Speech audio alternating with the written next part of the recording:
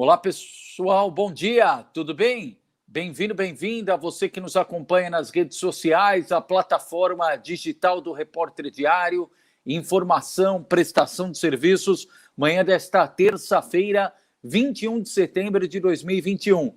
Agradecendo você que nos acompanha, você que curte, comenta, compartilha o dia a dia do Repórter Diário, interagindo conosco no RDTV na página do Facebook, no canal do YouTube, em Santo André, São Bernardo, São Caetano, Diadema, Mauá, Ribeirão Pires e Rio Grande da Serra.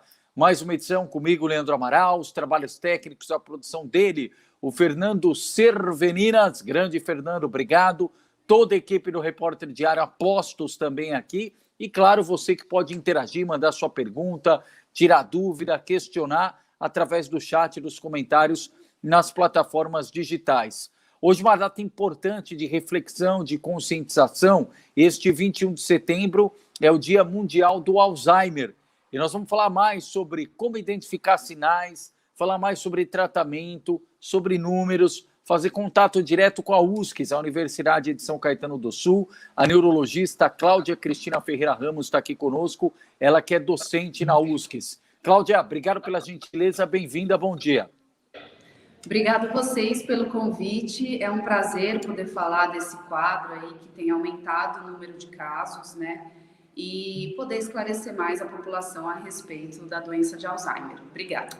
E é importante, Cláudia, exatamente a gente iniciar por esse contexto. Esse número vem crescendo. Qual que é o contexto hoje, a incidência de Alzheimer em relação às pessoas? Então, devido ao envelhecimento populacional, a gente tem um aumento mesmo da incidência dos casos da doença de Alzheimer, né? Acompanhando aí a transição demográfica da nossa população. E a gente tem no Brasil 1,2 milhão de casos, né? E a gente ainda acredita que esses casos são subdiagnosticados, porque muitos pacientes têm sintomas, né? A gente vai falar um pouquinho sobre isso, e acabam não passando em consulta, não investigando. Então, muitos casos a gente ainda nem acompanha desses pacientes. E qual que é o risco de não fazer a identificação precoce, o diagnóstico precoce, doutora Cláudia? Quando a gente faz um diagnóstico tardio, a gente não tem oportunidade, né, de melhorar os sintomas com o tratamento, né? Que apesar da gente não ter um tratamento irreversível, né, para a doença ainda no momento, né? Temos muitas pesquisas em andamento, mas a gente não tem ainda esse tratamento. A gente tem tratamento para os sintomas, né? Lentificando a evolução dos sintomas clínicos do paciente, né? E dando melhor qualidade de vida aos pacientes e também aos cuidadores e familiares. Quais são os sinais, doutor? O que causa a síndrome de Down? Desculpa, o que causa, estou com o síndrome de Down, a questão do Alzheimer? Então, a gente tem o principal sintoma como perda de memória, principalmente para fatos recentes no dia a dia, tá? Pode ter também alterações de linguagem, alterações visoespaciais. A gente também o paciente pode ter dificuldade de planejamento nas atividades do dia a dia, tá? Então, seria assim, dificuldade de fazer atividades que ele conseguia fazer anteriormente. Então, planejar finanças, compras, né? O paciente pode ter uma confusão em coisas que ele fazia com facilidade anteriormente. É facilmente reconhecível isso, doutora? Porque tem gente que pode falar, olha, em alguns momentos eu tive perda de memória, especialmente agora em decorrência da pandemia, muitos relatos de perda de memória. Dá para diferenciar muito bem quando é uma perda de memória ocasional e quando é fruto de Alzheimer? Então, é importante que o paciente que tenha queixas, né, mesmo que no primeiro momento seja a percepção dele de que a memória não está mais como antes, que ele seja avaliado, né, de forma completa. Porque pode ser um quadro neurodegenerativo, né, como a doença de Alzheimer, mas pode também ser um déficit de vitamina, alterações da função da tireoide. Então, tem outros diagnósticos que a gente precisa investigar quando o paciente tem alguma queixa cognitiva, de memória ou de dificuldade de fazer alguma atividade no dia a dia.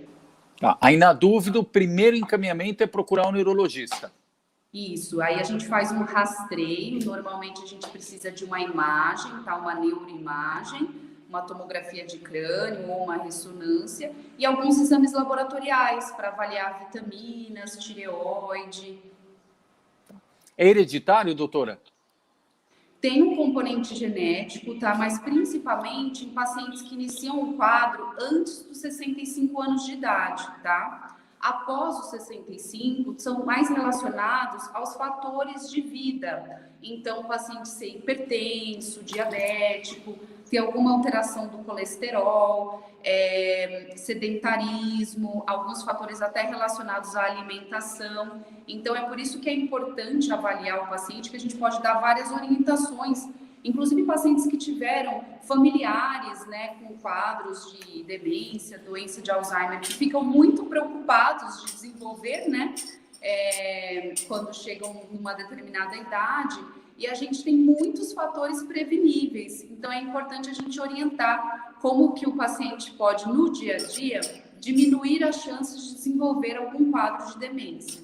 Tá. Esses fatores que podem prevenir, como a senhora destacou, tem a ver com alimentação, por exemplo, cigarro, bebida também influenciam?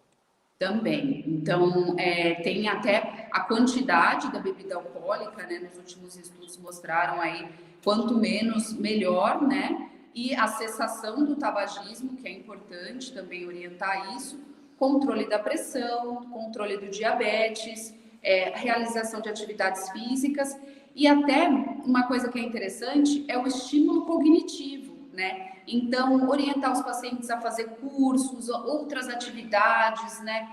Sempre estar aí, jogos, estar ativo em termos neurológicos, isso também é fundamental.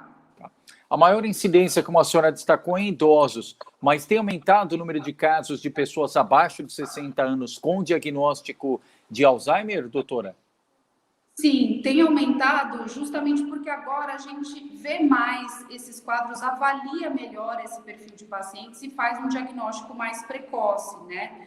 Exatamente por dias como esse, que a gente deixa a doença de Alzheimer mais evidente, a gente fala para mais pessoas sobre os sinais e os sintomas, então a gente deixa a população mais em alerta em relação a desenvolver esses quadros e buscar ajuda, caso apresente algum desses sintomas que eu falei.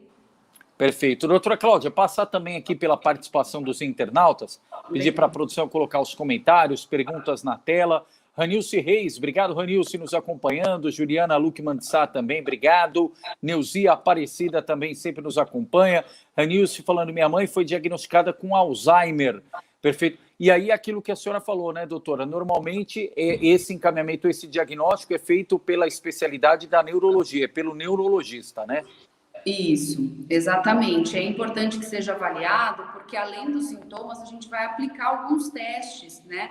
Até uma coisa que você falou é se a gente percebe no dia a dia sempre, né, os sintomas. E às vezes a gente percebe de uma forma leve, e aí quando a gente vai na avaliação, né, com o neurologista, a gente consegue quantificar e ver realmente essa dificuldade, né? E acompanhando se isso tem sido progressivo ou não.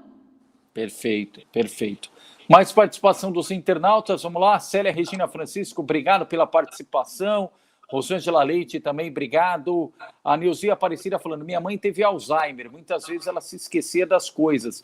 Gostaria de saber por ela ter tido alguns filhos, aliás, alguns dos filhos correm o risco, é aquela questão, a gente falou de hereditário, tem a questão genética, doutora?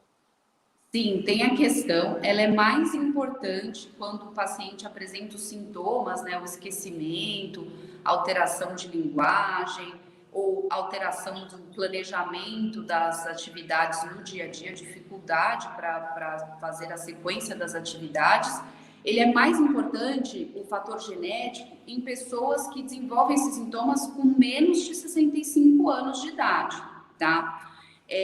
Quando o paciente, o seu familiar, pai, mãe, tem mais de 65 anos com sintomas, aí fica mais importante os fatores de vida, né? Que é aquilo que eu falei, controle de algumas doenças, né? Esse é o mais importante. Mas se você tem esse receio, é importante que você passe numa avaliação médica, né? E a gente pode aplicar alguns testes, fazer o rastreio, investigar melhor. Perfeito. Mais participação dos internautas. Vamos lá, tirando dúvidas aqui com a doutora Cláudia Cristina Ferreira Ramos, neurologista e docente na USCS. O pessoal da redação perguntando, doutora Cláudia, quais são os gatilhos do Alzheimer e como o poder público tem encarado esse desafio? Então, a gente tem, né, o principal aí no começo da vida é o nível de escolaridade, né? Então, a gente teria que reforçar mais uma vez falando aí da educação mesmo, né? Então, a gente vê que as pessoas que tiveram oportunidade de estudar mais têm uma menor chance de desenvolver a doença de Alzheimer, né? Então, seria reforçar aí a questão da escolaridade, né?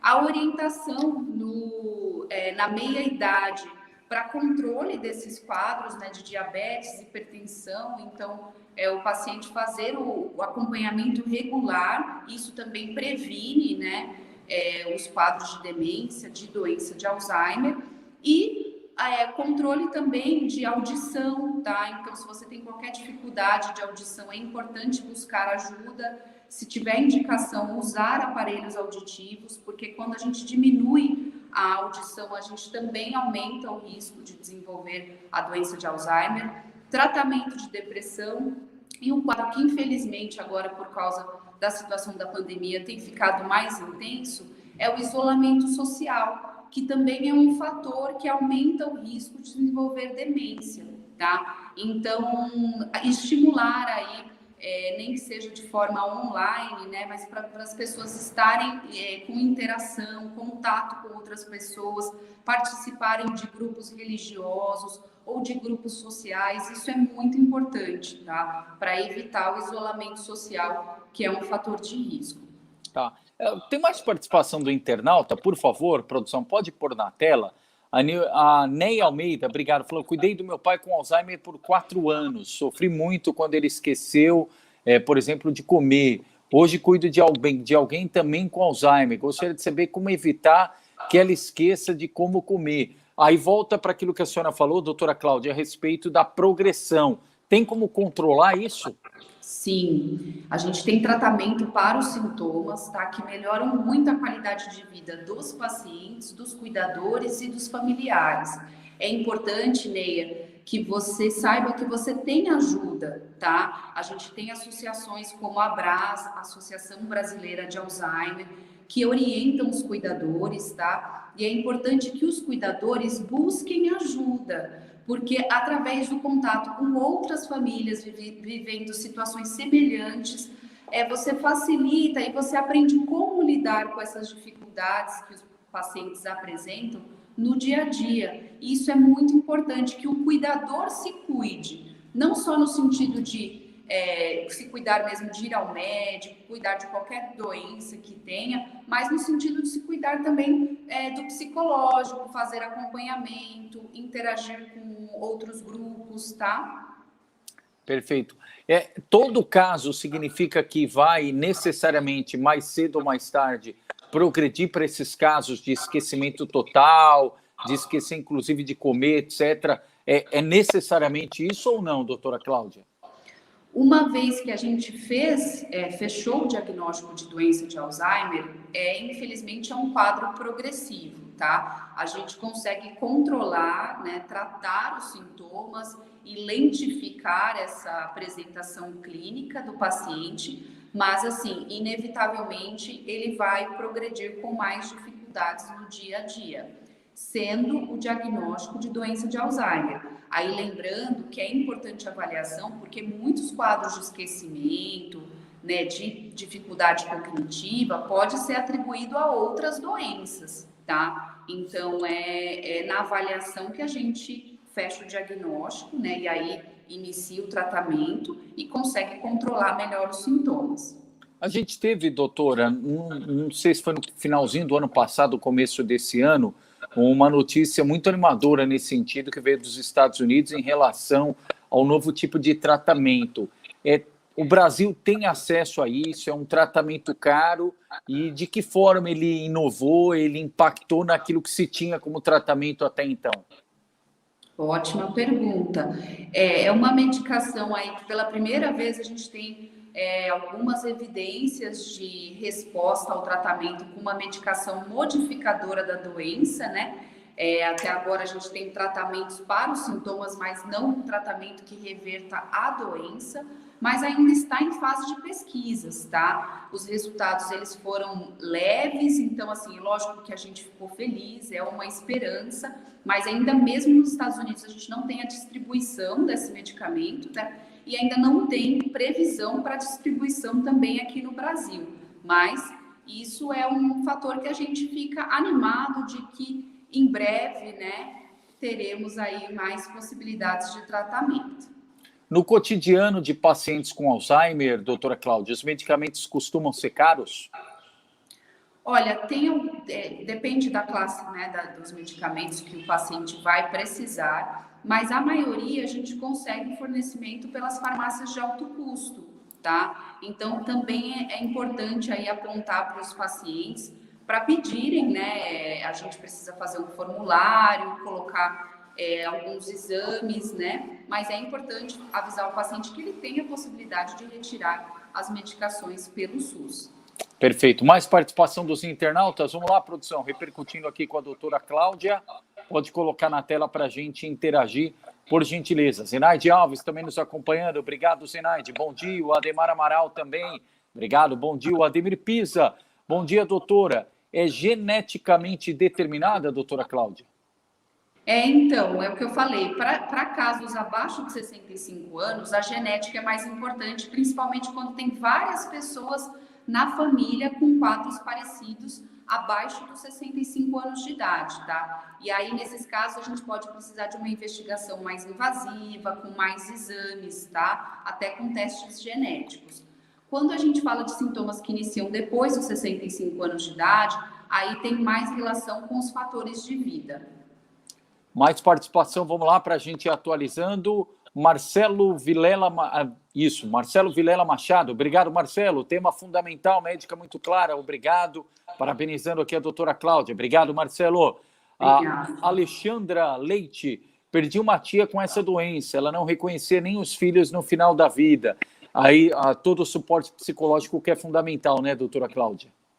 Exatamente, Alexandra. Você não precisa passar, nenhum familiar, nenhum cuidador precisa passar por isso sozinho, tá? Então, é importante que você seja assistida, se conecte com grupos, tá? Para que você consiga passar, porque é difícil, ninguém está adaptado a viver situações dessas com familiares, tá? São situações que exigem um manejo aí, que não é só com medicações, é como lidar no dia a dia, né, com estratégias de cuidado, e aí é importante ter orientações nesse sentido. Então, busque ajuda você também. Perfeito. Mais uma pergunta aqui, um questionamento da Alexandra. Doutora Cláudia, um AVC, dependendo do grau, pode gerar Alzheimer? Então, o AVC pode levar a sequelas cognitivas, tá? Que é diferente da doença de Alzheimer, mas o AVC pode gerar dificuldade de fazer atividades no dia a dia, dificuldade de planejar, né, as atividades, esquecimentos. Então, isso vai depender muito do tipo de AVC, do tamanho da lesão, mas é importante que o paciente, após AVC, seja avaliado, que a gente veja as dificuldades que ele apresenta e, o mais importante, que a gente dê oportunidade para que ele reabilite após o quadro de AVC, né? Então, a gente tem várias terapias, inclusive reabilitação cognitiva, para melhorar o desempenho do paciente após esse quadro. Perfeito. Mais participação, vamos lá, bastante gente com dúvidas aqui, um momento importante aqui de reflexão, conscientização com a doutora Cláudia. O Ademir Pisa, mamãe tem 98 anos e tem dias que esquece nomes dos filhos, mas é super lúcida. Tem algum fator aí de Alzheimer? Bom, isso até fazer um relato próprio, minha mãe também vive trocando meu nome com o da minha irmã, doutora. Então, assim, tem um esquecimento que a gente pode atribuir à idade, tá? Mas, assim, quando tem prejuízo no dia a dia, a gente precisa investigar, tá? Então, como eu falei, às vezes é alguma alteração de vitamina que é facilmente tratável. Então, mesmo que sejam quadros pontuais, eu acho que é importante a avaliação para melhorar a qualidade de vida do paciente.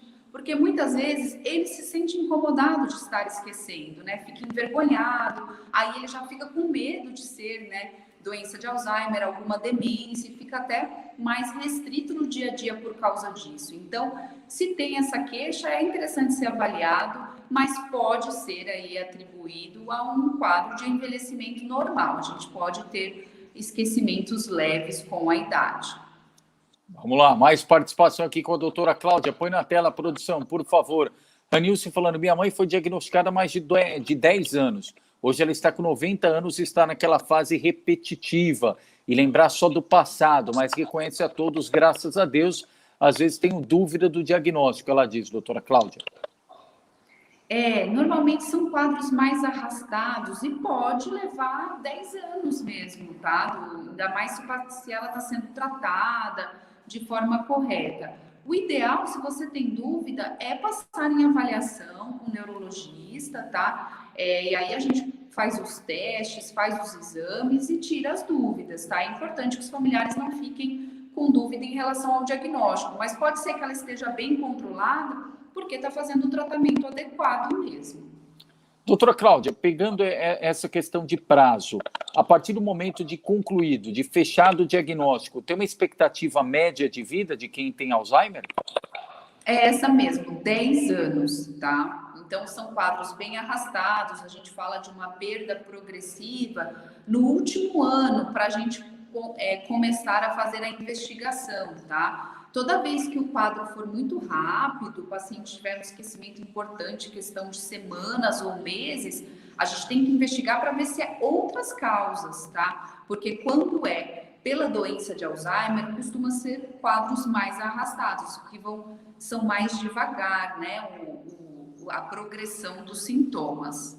Tá. Outra pergunta, vamos lá, produção, bastante gente participando aqui, importante para a gente tirar dúvidas. A Neia agradecendo, obrigado. Ranilson falando, já teve médico que disse que o caso dela é selinidade. Não sei se a pronúncia está correta e qual é a diferença, doutora Cláudia? Tá, então a gente usava esse termo no passado, né, que seria a demência senil, que seria uma perda cognitiva aí por causa da idade, tá? Agora não, a gente sabe que tem muitos fatores que podem levar aí o paciente, principalmente acima de 90 anos de idade, a ter dificuldade cognitiva, tá? Mas a gente tem que fechar o diagnóstico da causa. Então pode ser associação da doença de Alzheimer com um quadro vascular, ou com outro tipo de demência, tá? Mas a gente não atribui ao envelhecimento normal, tá? É importante que seja investigado e que a gente determine a causa. Próxima pergunta, vamos lá, produção. A redação perguntando quais as características da doença e como lidar com o paciente. A doutora falou bastante aqui. Se faltou alguma coisa, pode complementar, doutora, por gentileza. Tá, então só para a gente reforçar aí. Se a pessoa tem esquecimentos, perda de memória, principalmente para os fatos recentes, para o dia a dia, alguma alteração de linguagem, dificuldade para expressar, esquece o que ia dizer, tem a fala muito repetitiva, fala várias vezes a mesma coisa, ou tem dificuldade das atividades que conseguia fazer bem antes, cuidar das finanças, fazer compras, administrar as tarefas domésticas. Nesses casos, é importante buscar a avaliação de um neurologista. Perfeito. Tem a pergunta da Sônia, produção, para a gente seguir a ordem aqui. Vamos pôr na tela, por favor. Pergunta da Sônia, também importante. A Sônia Rotondoni. Obrigado, Sônia. Doutora, meu marido bebe muita cerveja e noto que está ficando meio esquecido. A bebida também provoca o esquecimento? Sim, tá? Então, o etilismo, o uso de bebidas excessivas pode levar a quadros de demência, tá? Então, é importante uma avaliação e orientação nesse sentido, tá? Perfeito. Vamos lá para Elizabeth, produção, por favor. Pergunta de Elizabeth Bezerra. É comum aparecer sintomas de Alzheimer com menos de 60 anos, doutora? A senhora falou no início, mas é importante reforçar. Sim. Não é comum, tá? Mas quando acontece, a gente precisa investigar. E como eu falei antes, em pacientes abaixo de 65 anos, a gente muitas vezes precisa fazer uma investigação mais extensa de exames para tentar determinar a causa. Perfeito. Vamos lá para a Alexandra também perguntando novamente. Meu pai tem 79 anos e minha mãe não deixa ele sair sozinho mais. Minha tia era irmã dele. E aí não pode deixar sozinho mesmo, né, doutora Cláudia? Isso é interessante pontuar aí nas consultas médicas, porque a gente, além de aplicar escalas para ver qual dificuldade o paciente tem no dia a dia, a gente também vê o quanto que o paciente consegue fazer as atividades, né? E aí a gente dá as orientações específicas para cada caso, né? Tem paciente que é mais seguro ficar em casa, estar supervisionado nas atividades, e tem paciente que a gente permite que faça algumas saídas próximas, com identificação, com celular. Então, cada caso é um caso.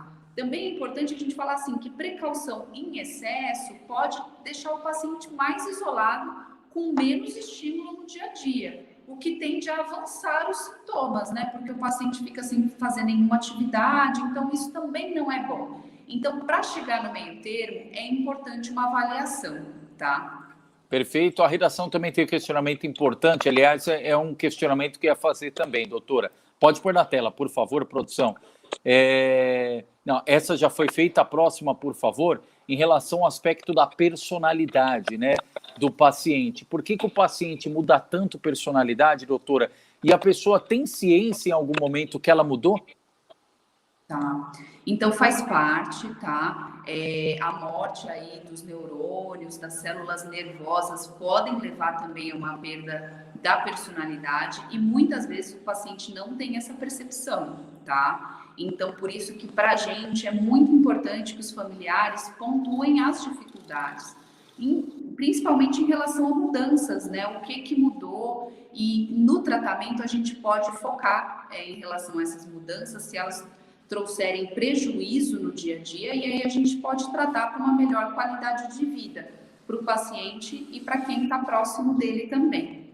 A Juliana também tem um outro questionamento importante, doutora. Pode pôr na tela, produção, por gentileza? Em relação aos cuidados, doutora Cláudia, qual o melhor estímulo? É leitura, é filme, é desenho, é conversa, é lembrança? Qual a melhor atividade?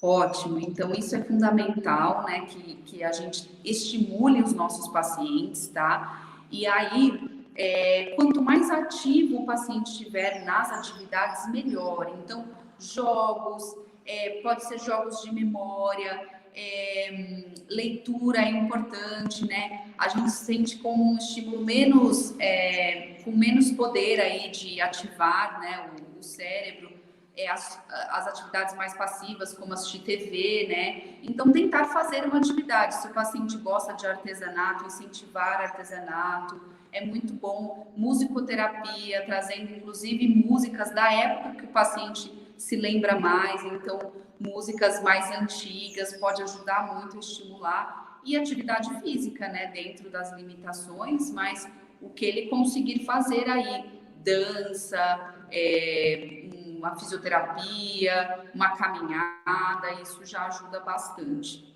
Perfeito. Pode pôr a pergunta da Alexandra na tela, por favor, produção. Meu pai teve AVC no ano passado, esse ano ele teve um lapso na casa dele onde não lembrava onde estava e perguntava para minha mãe o que ele estava fazendo naquele lugar. Minha mãe ficou muito preocupada. Ele atualmente não prende atenção a nada. Ele assiste TV e não guarda o que assiste. É um quadro característico de Alzheimer, doutora Cláudia? Então aí assim, ele teve um AVC, então provavelmente ele ficou aí com alguma dificuldade após esse AVC, e depende muito das características do quadro, e aí agora ele está avançando com mais dificuldade no dia a dia, tá? Então pode não ser uma doença de Alzheimer, pode ser, por exemplo, uma demência vascular. Então é importante que ele seja avaliado, até porque a gente pode entrar com algumas medidas para lentificar esse processo, tá? Então, e aí o tratamento pode acontecer até de uma forma diferente do que o tratamento só para a doença de Alzheimer, tá? Então é importante que ele seja avaliado. Ótimo. A participação da Terezinha Corrêa também falando sobre esquecimento, e ela até cita o nome de medicamento. Vamos aqui repercutir com a doutora Cláudia. Pode pôr na tela, por favor, produção? Isso, a Terezinha Corrêa falando, eu também sou muito esquecida. Será que é o remédio? Não sei se ela escreveu certo, clonazepam. É o clonazepam. Ele é de uma característica que pode levar a quadros de esquecimentos, tá? Então é interessante que você seja avaliada para ver a possibilidade, se realmente tem indicação de você usar essa medicação e a possibilidade de troca, caso exista uma outra alternativa melhor, tá? Então, é interessante falar isso, que uma das causas de esquecimento, a gente falou de vitaminas, de função de tireoide, mas também tem medicamentos que levam a esquecimentos, e aí a gente precisa avaliar e, se possível, fazer a troca. Perfeito. E a pergunta da Rosângela para a gente fechar aqui, pode pôr na tela, por favor, produção? A Rosângela Leite, doutora Cláudia, tem uma pessoa que trabalha comigo e está esquecendo muito as coisas. Tem sintoma?